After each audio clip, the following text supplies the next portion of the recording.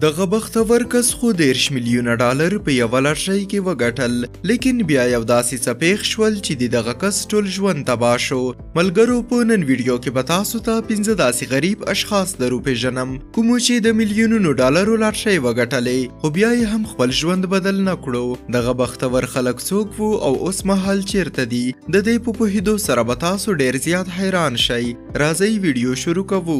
په 5م نمبر کې دی اوروج خان. په 2012 کال کې د اوروج خان په نوم یو کس د امریکا په چیکاګو ایالت کې د 10 لکو ډالرو لاټرۍ وګټله. اوروج خان له دې پیسو څخه د 6 لکو ډالرو په کشت ورکولو سره د خپل ټول ژوند په آرامه او سکون کې تیرولو فیصله وکړه. په داسې حال کې چې اوروج خان هغه 6 لکه ډالرو ته په تمه و کوم چې په سبا ورځ کې د ورکول کېدل، لیکن اوروج خان په همغه شپه یو ناڅاپه مړ شو او د ټول دوستان په یوه ژوره صدمه کې ولویدل، ځکه په اول سر کې ویل شوي وو چې اوروج خان په خپل مرګ باندې مړ شوی، لیکن د کورنۍ یوه نږدې غړي یې د تحقیقاتو غوښتنه وکړه، په کوم کې چې دا معلومه شوه چې د اوروج خان مرګ یوه شپه مخکې د خپلې کورنۍ سره د ماښام د ډوډۍ خوړلو په وخت کې ترسره شوی، په کوم کې چې د کورنۍ یوه غړي د اوروج خان په خوراک کې زهر ګډ کړي وو.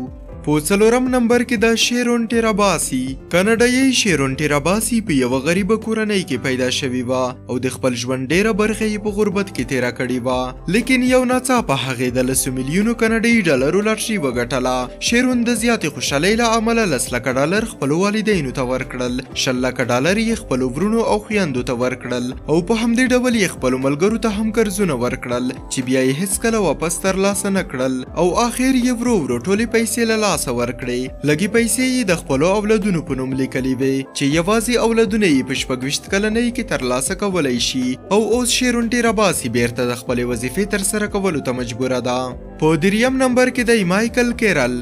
د لندن اوسیدونکي 21 کلن مایکل کیرل 9 لکه پونډه په یوه لاټرۍ کې وګټل. په کم عمر کې دومره زیاتو پیسو مایکل د غلطې لارې په طرف بوتلو.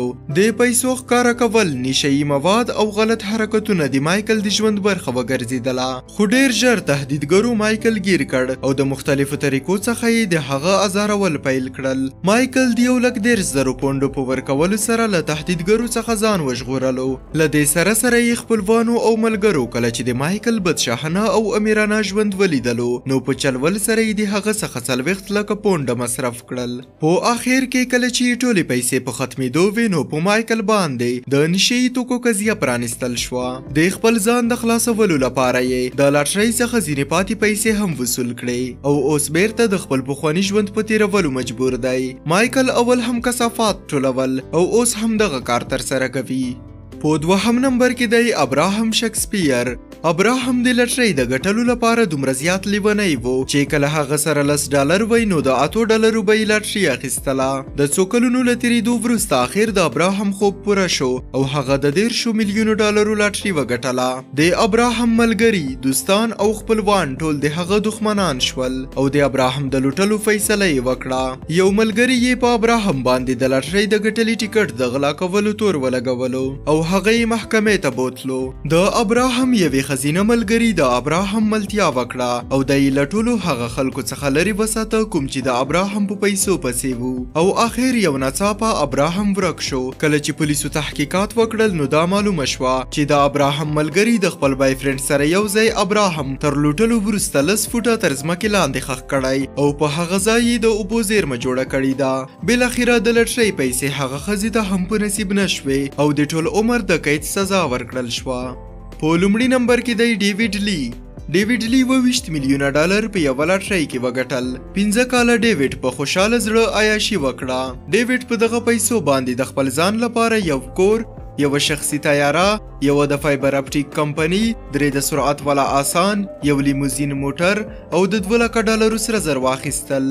لیکن له دې ټولو سره سره ډیوډ په یوه بد عادت اخته شو، د مخدره موادو په اعتیاد. د 5 کلونو په جریان کې د مخدره توکو نشې له ډیوډ څخه هغه ټول شیان زره زره ختم کړل کوم چې د ډیر قیمت اخیستي وو او په پای کې ډیوډ د نشهیي توکو د استعمال په جرم د زندان تر پنجرو شاته ژوند تیروي. که مو ویډیو خوښه شوې وي حتما یې لایک کړئ، له خپلو ملګرو سره یې شریکه کړئ او زموږ چینل هم در سره سبسکرایب کړئ.